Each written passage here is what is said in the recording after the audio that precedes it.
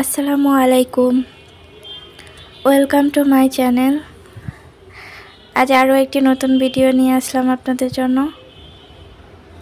আজকে ভিডিওতে আমি মানি প্ল্যান্টের যত্ন সম্পর্কে বলবো। আসলে মানি প্ল্যান্ট আমরা সবাই জানি যে ইনডোর একটা প্ল্যান্ট এবং এটার পাতাতেই সৌন্দর্য। এই গাছে কোনো ফুল হয় না। ঘরের সৌন্দর্য বহুগুণে বৃদ্ধি করতে এই গাছটির জুড়ি অনেক, কিন্তু পাতা যদি ভালো না থাকে তাহলে এই গাছটি দেখতে মোটেও সুন্দর লাগে না। তো আজকের এই ভিডিওতে আমি মানি প্ল্যান্টের পাতার কিছু সমস্যা ও তার সমাধান নিয়ে আলোচনা করব। আশা করছি আজকের ভিডিওটি আপনাদের কাছে খুব ভালো লাগবে। তো সমস্যা 1 হচ্ছে গাছে অতিরিক্ত পানি দেওয়া। গাছে অতিরিক্ত পানি দেওয়া গাছের রুট রট হওয়ার কারণ। টবে ড্রেনেজ সিস্টেম ঠিক না থাকার কারণে গাছের গোড়ায় পানি জমে রুট রট হতে শুরু করে। পানি দেওয়ার পর সেই পানি শুকানোর আগেই দ্বিতীয়বার পানি দিয়ে দিলে মাটির ভিতরে বাতাস কমে যায়, ফলে শিকড়ে অক্সিজেন পায় না, ফলে রুট রট হতে শুরু করে এবং অতিরিক্ত পানি দেওয়ার ফলে গাছের পাতা হলুদ হয়ে যায়।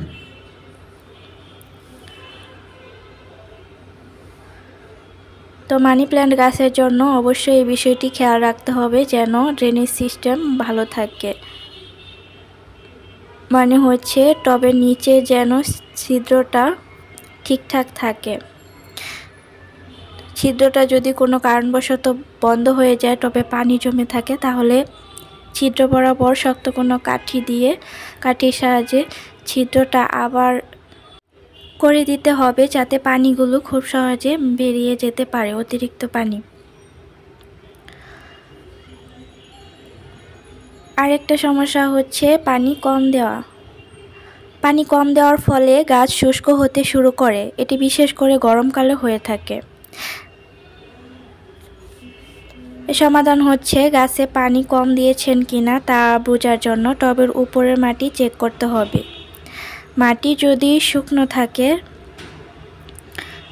তাহলে পানি দিতে হবে, কিন্তু পানিটা এমনভাবে দিতে হবে যেন বেশি না হয়ে যায়, আর বেশি হলে সেটা যেন ড্রেনেজ হোল দিয়ে বেরিয়ে যায়।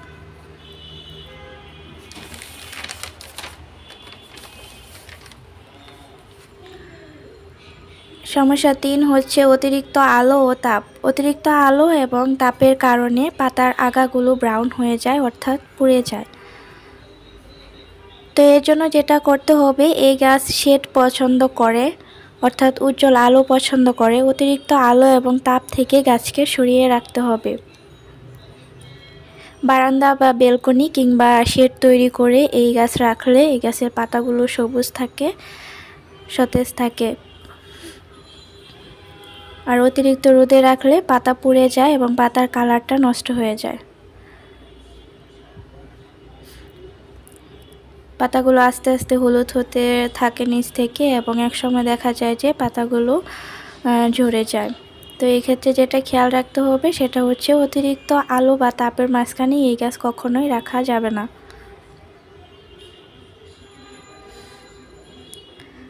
আর হচ্ছে গাছে দিনে 2 বার পানি স্প্রে করে দিতে হবে।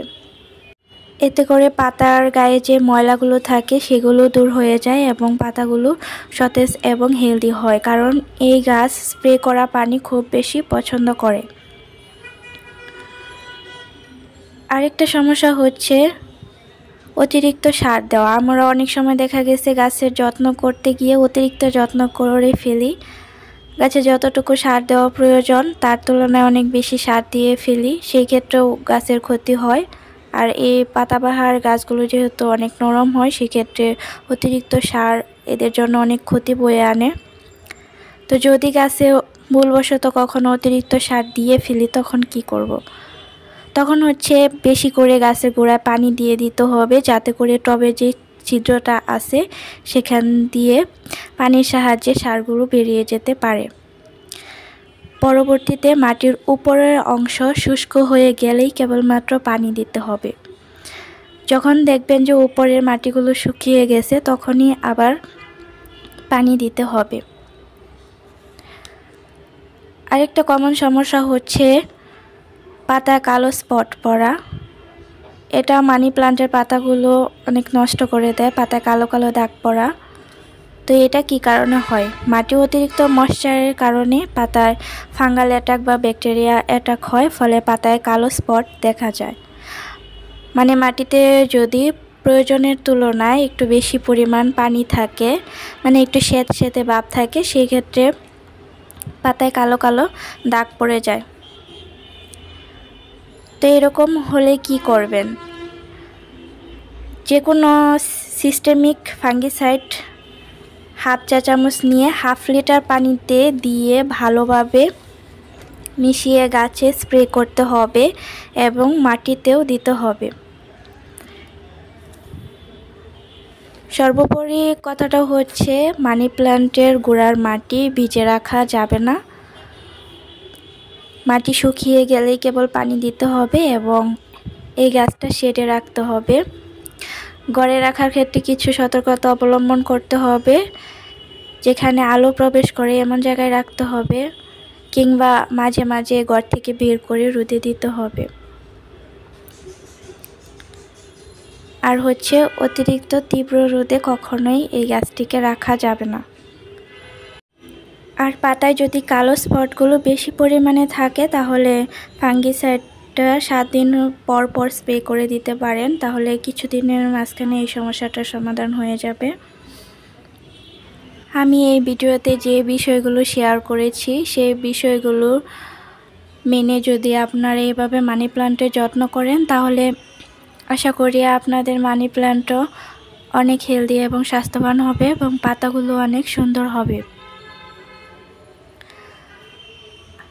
আর মানি প্ল্যান্টের জন্য মস স্টিক অনেক গুরুত্বপূর্ণ ভূমিকা পালন করে গাছের গ্রোথ ভালো করার জন্য। তো নারিকেলের খোসা দিয়ে এভাবে আপনারা মানি প্ল্যান্টের জন্য একটা স্টিক তৈরি করে দিতে পারেন, সেক্ষেত্রে আরও ভালো হয়। তো আমার ভিডিওটা এই পর্যন্তই ছিল। যদি ভালো লাগে তাহলে একটা লাইক করে দিবেন আর কমেন্টের মাধ্যমে জানিয়ে দিবেন এবং আমার চ্যানেলটি সাবস্ক্রাইব করে আমার পাশেই থাকবেন। সবাই ভালো থাকবেন, সুস্থ থাকবেন। আল্লাহ হাফেজ।